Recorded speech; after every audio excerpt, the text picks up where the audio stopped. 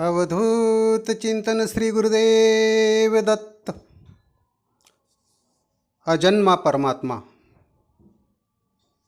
सर्वव्यापक परमात्मा ने कभी जन्म लिया ही नहीं और कभी जन्म लेगा भी नहीं, क्योंकि परमात्मा अविनाशी, सर्वव्यापक, सर्वांतर्यामी, सभी जगह परिपूर्ण है। मतलब भगवान का परिवर्तन होता ही नहीं। परिवर्तन उसका होता है जिसमें हलचल हो, जो गतिशील हो। परमात्मा व्यापक है, सभी जगह समसमान है। परमात्मा के बिना सारे ब्रह्मांड में कोई भी जगह सुनी नहीं है।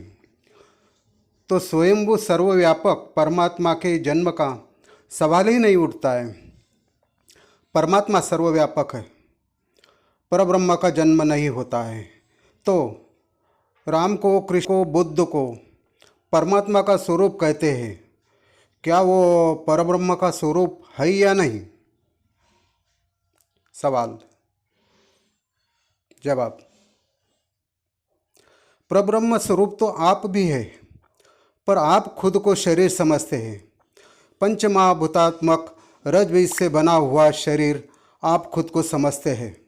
इसलिए आपका जन्म कर्मों के अधीन है और जन्मों जन्मों तक आप कर्मों का बोझा ढोते रहते हैं और जीवन मृत्यु को प्राप्त होते रहते हैं। पर रामकृष्ण का जन्म उनकी इच्छा शक्ति से परम प्रकाश स्वरूपिणी महामाया से हुआ है, इसलिए उन्हें अवतार कहा जाता है। हाँ, उन्होंने शरीर धारण किया है सुव्यवस्था के लिए, धर्म का रास्ता खोलने के लिए, अधर्म का नाश करने के लिए, और ये सब खेल मूल माया तुर्या रानी का ही है। पंचमहाभूतात्मक शरीर परमात्मा नहीं होता, आत्मा सो परमात्मा होता है। इसलिए जो भी शरीर धारण करे वो अपने स्थान से थोड़ा नीचे ही आता है, उसे अवतार कहते हैं। अगर शरीर परमात्मा है तो राम को जल समाधि क्यों लेनी पड़ी? कृष्ण को पारधी का बांध क्यों लगा? रामकृष्ण अपनी इच्छा शक्ति से जन्मे हैं और हमेशा ब्रह्मस्थान में रहते थे, इसलिए उन्हें परमात्मा स्वरूप कहा जाता है। हालांकि वे परमात्मा के अवतार हैं। अवतार शब्द परमात्मा से थोड़ा नीचे आता है।